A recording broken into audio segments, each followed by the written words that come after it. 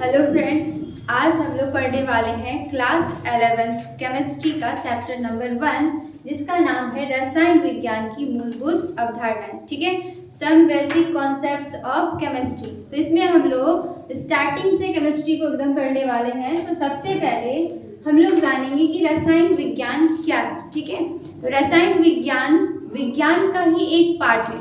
ठीक है, तो विज्ञान का एक पार्ट है जिसमें हम लोग क्या पढ़ते हैं, तो उसमें हम लोग पदार्थ की संरचना के बारे में पढ़ते हैं, पदार्थ के संगठन के बारे में पढ़ते हैं, पदार्थ के गुणधर्म के बारे में पढ़ते हैं और उसमें होने वाली अभिक्रिया के बारे में पढ़ते हैं, परिवर्तन के बारे में पढ़ते हैं। ठीक है, यानी कि कोई भी पदार्थ है, जैसे अगर H2O जो किसका सूत्र है, जल का, तो ये जल किन किन तत्वों से मिलकर के बना हुआ है। ठीक है, इसका स्ट्रक्चर क्या होता है, इसके अलावा इसमें परिवर्तन यानी ये जो है किन किन चीजों से अभिक्रिया करता है। ठीक है, तो ये सब चीजें हम लोग किसके अंदर में पढ़ते हैं, तो रसायन विज्ञान के अंदर में पढ़ते हैं। तो सबसे पहले हम लोग लिखते हैं कि रसायन विज्ञान क्या है, यानी कि केमिस्ट्री क्या है।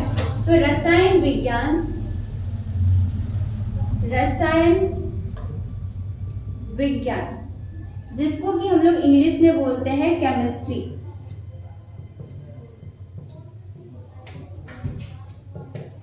ठीक है, तो ये विज्ञान की एक शाखा है, विज्ञान का ही एक भाग है।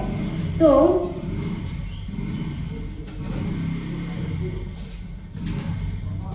विज्ञान की एक शाखा है जिसमें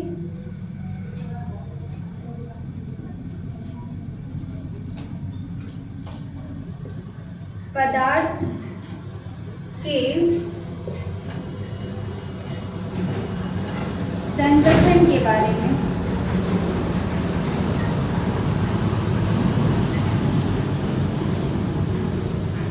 पदार्थ के संरचना के बारे में, पदार्थ के गुणधर्म के बारे में,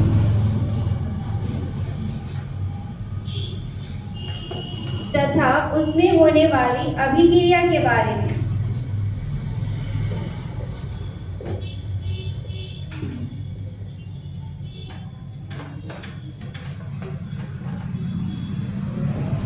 अध्ययन किया जाता है।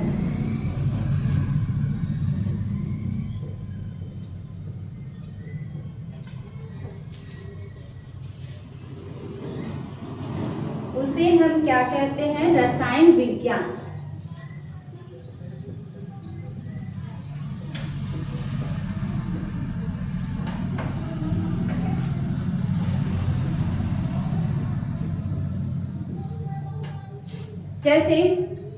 जैसे कि ये जो जल है H2O, ये किन किन तत्वों से मिलकर के बना हुआ है, इसका स्ट्रक्चर क्या होता है। ठीक है, और इनका गुणधर्म क्या होता है, ये किन किन चीजों से अभिक्रिया करता है। तो ये सारी चीजें हम लोग पढ़ते हैं केमिस्ट्री के अंदर में, रसायन विज्ञान के अंदर में। ठीक है, तो यहाँ एक वर्ड आया बच्चों, पदार्थ।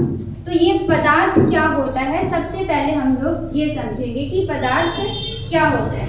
ठीक है, पदार्थ जिसको कि द्रव्य भी कहा जाता है, द्रव्य। ठीक है, और इसको हम लोग इंग्लिश में कहते हैं मेटर। तो पदार्थ क्या होता है, तो पदार्थ वे सभी वस्तुएं जिसका कि द्रव्यमान होता है और जो कुछ स्थान घेरती है उसको हम लोग कहते हैं पदार्थ। तो वे सभी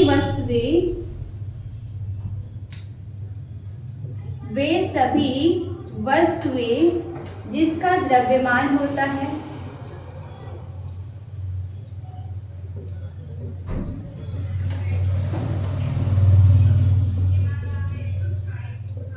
और जो कुछ स्थान घेरती है, जो कुछ स्थान घेरती है, उसे हम क्या कहते हैं, द्रव्य यानी कि पदार्थ। उसे पदार्थ कहते हैं। ठीक है, तो यहाँ पे क्या लिखा हुआ, वे सभी वस्तुएं जिसका द्रव्यमान होता है और जो कुछ स्थान घेरती है उसको हम लोग क्या बोलते हैं, पदार्थ। जैसे ये अगर मार्कर ही है तो ये इसका कुछ ना कुछ द्रव्यमान होगा, और इसको अगर हम लोग जहाँ पे रखेंगे तो वहाँ पे वो कुछ ना कुछ जगह लेगी, जगह घेरेगी, तो ये क्या हो गया बच्चों, पदार्थ। ठीक है, तो यहाँ पे हम लोग जैसे लिखेंगे क्या क्या होगा, पदार्थ। तो हम लोग जो पानी पीते हैं यानी जो जल है वो भी क्या है, पदार्थ। हम लोग सांस लेते हैं, हवा, वायु, वो क्या है, पदार्थ। ठीक है, इसके अलावा तुम्हारा जो बालू हो गया यानी कि रेत, वो भी क्या है, पदार्थ। मिट्टी हो गया, ये भी क्या है, पदार्थ। ठीक है, जिस मार्कर से हम लिख रहे हैं ये भी क्या हो गया, पदार्थ। जिस फोन से आप वीडियो देख रहे होंगे वो भी क्या है, एक पदार्थ। इसके अलावा जिस किताब से आप पढ़ते हैं वो भी क्या है, पदार्थ। ठीक है, तो अपने आसपास अगर नजर दौड़ाओगे तो बहुत सारी ऐसी चीजें हैं जिसका द्रव्यमान होता है और जो कुछ ना कुछ जगह घेरती है, तो वही सभी वस्तुएं क्या है, पदार्थ। ठीक है, अब यहाँ पे इससे आगे अगर हम लोग चलेंगे तो पदार्थ को दो तरीके से वर्गीकृत किया गया है। ठीक है, तो पदार्थों का वर्गीकरण हम पढ़ेंगे आगे। तो पदार्थ का वर्गीकरण, पदार्थों का वर्गीकरण, तो पदार्थ का वर्गीकरण दो तरीके से किया गया है। ठीक है, एक होता है भौतिक वर्गीकरण और एक होता है रासायनिक वर्गीकरण।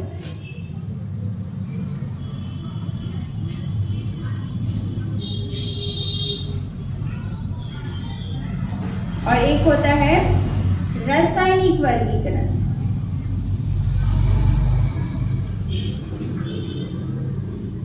भौतिक वर्गीकरण में हम लोग क्या पढ़ते हैं, तो भौतिक वर्गीकरण के आधार पर पदार्थों को मुख्य रूप से 3 भागों में बांटा गया है, लेकिन कुल होता है 5। ठीक है, अगर इसमें देखें तो मुख्य रूप से कितना हो जाएगा, 3, लेकिन अगर कुल देखें तो वो कितना हो जाएगा, 5। ठीक है, तो मुख्य रूप से कौन कौन सा हो जाएगा, तो पहला होता है ठोस, जिसको हम लोग बोलते हैं सॉलिड। दूसरा होता है द्रव, जिसको हम लोग बोलते हैं लिक्विड। और तीसरा होता है गैस, जिसको हम लोग इंग्लिश में भी बोलते हैं गैस। ठीक है, तो ये कैसा वर्गीकरण हो गया, भौतिक वर्गीकरण। तो मुख्य रूप से इसका 3 भौतिक वर्गीकरण हो गया, जिसको हम लोग अवस्था भी बोलते हैं। 3 भौतिक मुख्य अवस्थाएं हैं, लेकिन टोटल होता है 5। ठीक है, जिसमें से चौथा अवस्था कौन सा है, प्लाज्मा, और 5वां होता है बोस-आइंस्टीन कंडेंसेट। ठीक है, तो वो हम लोग आगे देखेंगे। और रासायनिक वर्गीकरण में पदार्थों को 2 भागों में बांटा है। पदार्थों को कितने भागों में बांटा गया है, 2। एक होता है शुद्ध पदार्थ, एक को क्या कहते हैं, शुद्ध पदार्थ, और दूसरा होता है मिश्रण यानी कि मिक्सचर। ठीक है, तो शुद्ध पदार्थ को भी यहाँ पे अब 2 भागों में बांटा गया है, एक तत्व और एक होता है यौगिक। पहला हो गया तत्व और दूसरा हो गया यौगिक। ठीक है, मिश्रण भी 2 प्रकार का होता है, एक होता है समांगी मिश्रण और एक होता है विसमांगी मिश्रण। एक हो गया समांगी और दूसरा हो गया विसमांगी। ठीक है, तो इन सारे को हम लोग डिटेल से पढ़ने वाले हैं आगे कि ठोस क्या होता है, द्रव क्या होता है, गैस क्या होता है। इसके अलावा हम लोग रासायनिक वर्गीकरण में भी देखेंगे तत्व क्या होता है, यौगिक क्या होता है। इसके अलावा मिश्रण में भी हम लोग देखेंगे कि समांगी मिश्रण क्या है, विषमांगी मिश्रण क्या है। ठीक है, ठीक, अब हम लोग आगे देखेंगे पदार्थ की अवस्थाएं। ठीक है, भौतिक वर्गीकरण में ही वो आता है पदार्थ की अवस्थाएं। पदार्थ की अवस्थाएं यानी स्टेट ऑफ मैटर।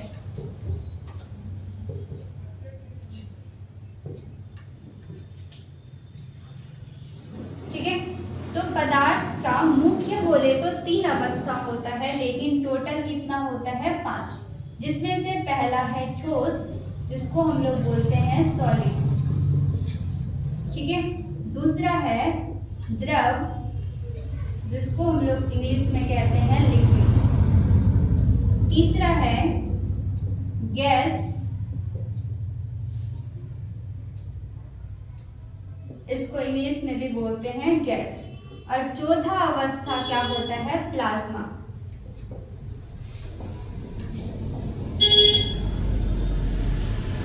और पांचवा अवस्था होता है बोस आइंस्टीन कंडेंसेट या संघनन, जिसको शॉर्ट में BEC भी कहते हैं। ठीक है, तो ये मुख्य रूप से अगर पूछे तो मुख्य भौतिक अवस्था 3 होता है, ठोस, द्रव और गैस। लेकिन कुल पदार्थ की कितनी अवस्था होती है? तो 5। वो कौन कौन सा? ठोस, द्रव, गैस, प्लाज्मा और बोस आइंस्टीन कंडेंसेट। ठीक है, तो इसमें हम लोग अभी पढ़ेंगे ठोस, द्रव और गैस के बारे में। ठीक है, तो सबसे पहले ठोस, हम लोग को पता है, पिछली कक्षाओं में आप लोगों ने पढ़ा होगा कि पदार्थ कणों से मिलकर के बना हुआ होता है। तो ठोस में वो कण किस प्रकार से व्यवस्थित होता है? तो ठोस में सारा कण एक दूसरे से एकदम पास पास चिपके हुए होता है।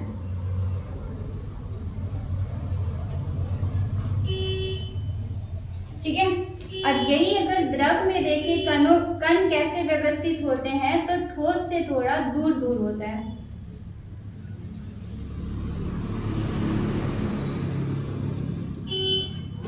ये हो गया द्रव का कण। और गैस में देखें तो गैस में जो कण होते हैं वो बहुत ही दूर में होते हैं, यानी ठोस और द्रव के मुताबिक सबसे ज्यादा गैस में होता है कणों के बीच की दूरी। ठीक है, तो ठोस में कण जो है वो बहुत पास पास होते हैं, द्रव में जो कण है वो थोड़ा ठोस से दूर होते हैं और गैस में सबसे दूर दूर होते हैं। ठीक है, तो यहाँ पे हम लोग ठोस, द्रव और गैस के बारे में डिटेल से पढ़ने वाले हैं। तो स्टार्ट करते हैं। ठोस, ठोस किसको बोलेंगे? तो पहला चीज याद रखना है, जिसका आकार और आयतन दोनों निश्चित होता है उसको हम लोग कहते हैं ठोस। यानी आकार भी निश्चित होता है और उसका आयतन भी निश्चित होता है। जैसे ये मार्कर है, तो मार्कर का आकार, शेप ये कभी बदलने वाला नहीं है। अभी इस तरीके से है, इसको हम लोग कहीं भी रख दे तो इसका शेप ऐसा ही रहेगा, इसका आकार ऐसा ही रहेगा। और ये जितना जगह यहाँ पे ले रहा है उसी को उसका आयतन बोलते हैं। तो जितना जगह यहाँ पे इस क्लास में रखने से ले रहा है, इसको हम अपना घर जा कर के भी रखें तो उतना ही जगह लेगा, या फिर कहीं और भी रखे, सड़क पे रखे तो उतना ही जगह लेगा जितना इसका आयतन। ठीक है, तो ठोस का आकार और आयतन दोनों क्या होता है? निश्चित होता है। तो ठोस का आकार तथा आयतन दोनों निश्चित होता है, निश्चित होता है। ठीक है, यही अगर हम लोग द्रव में देखें तो द्रव में क्या होता है? इसका आयतन तो निश्चित होता है लेकिन आकार निश्चित नहीं होता है। तो सबसे पहले द्रव में क्या आ जाएगा? पानी हो गया, तेल हो गया, दूध हो गया, ये सब किस में आएगा? द्रव में। तो द्रव में आकार निश्चित नहीं होता है। आकार निश्चित कैसे नहीं होता? अगर पानी को हम लोग बाल्टी में रखे तो बाल्टी का शेप ले लेगा, पानी को हम लोग बोतल में रखे तो वो बोतल का शेप ले लेगा, पानी को हम लोग ग्लास में रखे तो वो ग्लास का शेप ले लेगा। यानी कि उसका आकार बदलते रहता है, तो निश्चित नहीं होता, लेकिन आयतन उसका निश्चित होता है। मान के चलो कि किसी एक बोतल में 1 लीटर पानी है, तो इसको अगर हम लोग बड़े से डब्बा में भी इसको रख दे तो यहाँ पे भी वो पानी 1 लीटर ही होगा। ठीक है, शेप चेंज हो जाएगा, लेकिन 1 लीटर पानी यहाँ पे भी है तो यहाँ पे भी कितना होगा? 1 लीटर ही होगा। तो द्रव में हम लोग कह सकते हैं कि द्रव का आकार निश्चित नहीं होता है, लेकिन आयतन क्या होता है? निश्चित होता है।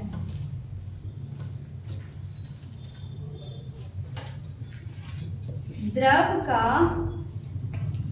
आकार अनिश्चित होता है,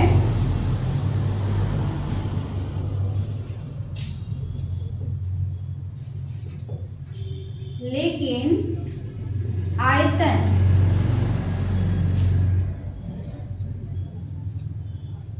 निश्चित होता है।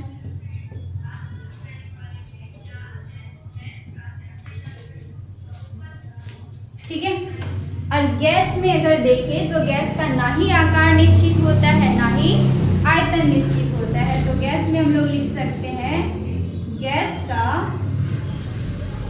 आकार और आयतन दोनों अनिश्चित होता है।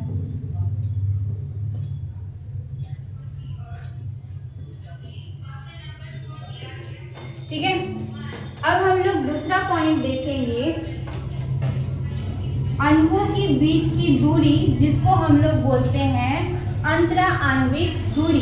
तो यहाँ पे अगर देखें तो कणों के बीच की दूरी बहुत ही कम है, बहुत ही क्या है, कम है, यानी कि एक दूसरे से पूरा जकड़े हुए है, पूरा चिपका हुआ है। तो कणों के बीच की दूरी वो क्या है, बहुत कम है। उसी कणों के बीच की दूरी को बोलते हैं हम लोग अंतरा आणविक दूरी, अंतरा आणविक दूरी। ठीक है। तो अगर ठोस में देखें तो अंतरा आणविक दूरी जो है वो सबसे कम है, और द्रव में देखें तो वो ठोस से ज्यादा है। इसमें कणों के बीच की दूरी ठोस से क्या है, ठोस से ज्यादा है। लेकिन वही अगर गैस में देखें तो गैस में कणों के बीच की दूरी वो क्या है, सबसे ज्यादा है। ठीक है। तो अंतरा आणविक दूरी ठोस में सबसे कम होता है, द्रव में ठोस से ज्यादा होता है लेकिन गैस से कम होता है, और गैस में देखें तो सबसे ज्यादा होता है। तो यहाँ पे हम लोग दूसरा पॉइंट लिखेंगे, इसमें यानी कि ठोस में, इसमें अंतरा आणविक दूरी यानी कणों के बीच की दूरी सबसे कम होती है, सबसे कम होती है। दूसरा पॉइंट, द्रव में देखें तो इसमें कणों के बीच की दूरी क्या होती है, ठोस से ज्यादा होती है लेकिन गैस से कम होती है। तो इसमें कणों के बीच की दूरी ठोस से ज्यादा लेकिन द्रव से कम, गैस से कम होती है।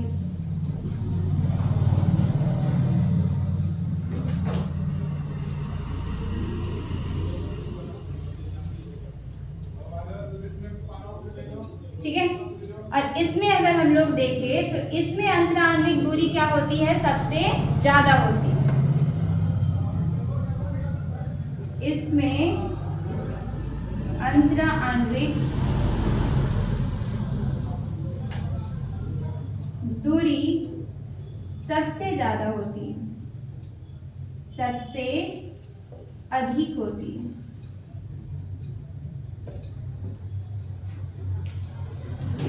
ठीक है। अब तीसरा पॉइंट देखें तो यहाँ पे लगने वाला बल, यानी कि आपस में जो कण होते हैं वो एक दूसरे पर क्या करते हैं, बल लगाते हैं, और उस बल को बोलते हैं हम लोग अंतरा आणविक आकर्षण बल।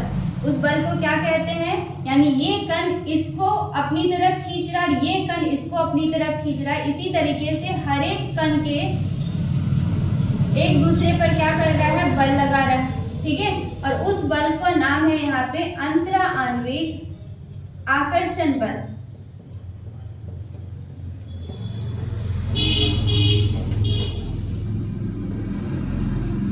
अंतरा आणविक आकर्षण बल। ठीक है। तो अगर हम लोग देखें तो दूरी अगर कम है तो बल उसमें क्या होगा, ज्यादा होगा। बल ज्यादा लगा करके एक दूसरे को अपनी ओर खींच रहा है, इस वजह से यहाँ पे क्या है, दूरी कम है। तो दूरी कम है लेकिन बल क्या होगा, ज्यादा होगा। यहाँ पे देखें तो बल यहाँ पे ज्यादा है, लेकिन द्रव में अंतराण्विक आकर्षण बल ठोस से क्या होगा, कम होगा, यानी कम बल लगा रहा है, इस वजह से ये थोड़ा दूर दूर है। और गैस में देखें तो अंतराण्विक आकर्षण बल क्या है, सबसे कम है। तो अंतराण्विक आकर्षण बल बोले सबसे ज्यादा किसमें होता है, ठोस में, और उससे कम किसमें होगा, द्रव में, और सबसे कम किसमें होगा, गैस में। यानी अंतराण्विक दूरी अपोजिट होता है एकदम से अंतराण्विक आकर्षण बल। तो तीसरा पॉइंट लिखेंगे इसमें, अंतराण्विक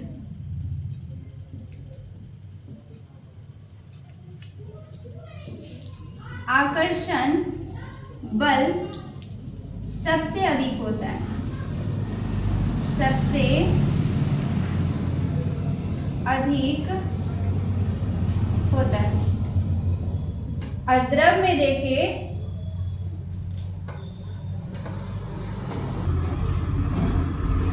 तो यहाँ पे इसमें अंतराण्विक आकर्षण बल सबसे अधिक होता है ठोस में। यही अगर हम लोग द्रव में देखें तो अंतराण्विक आकर्षण बल क्या होता है, ठोस से कम होता है, लेकिन गैस से ज्यादा होता है। ठीक है, तो यहाँ पे हम लोग तीसरा पॉइंट लिखेंगे, इसमें अंतराण्विक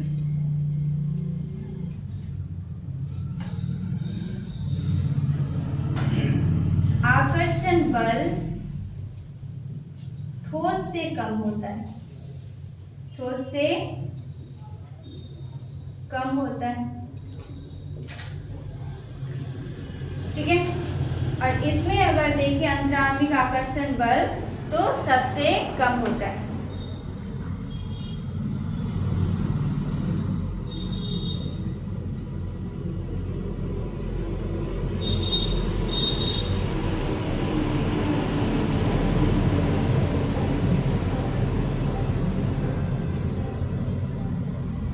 सबसे कम होता है।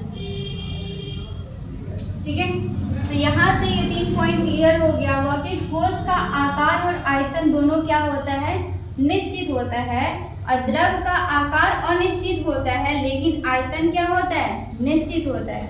और गैस में देखें तो गैस का आकार और आयतन दोनों ही अनिश्चित होता है। और दूसरा पॉइंट, अंतराण्विक दूरी यानी कि कणों के बीच की दूरी ठोस में सबसे कम होता है, और द्रव में देखें तो कणों के बीच की दूरी ठोस से अधिक होता है, लेकिन द्रव से क्या होता है, सॉरी गैस से कम होता है।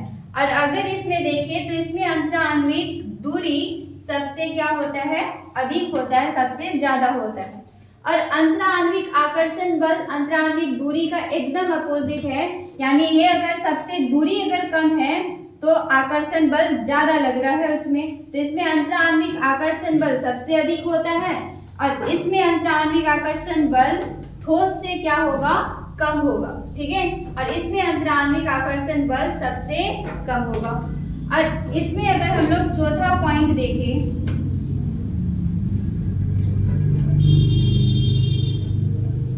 चौथा पॉइंट में क्या होगा,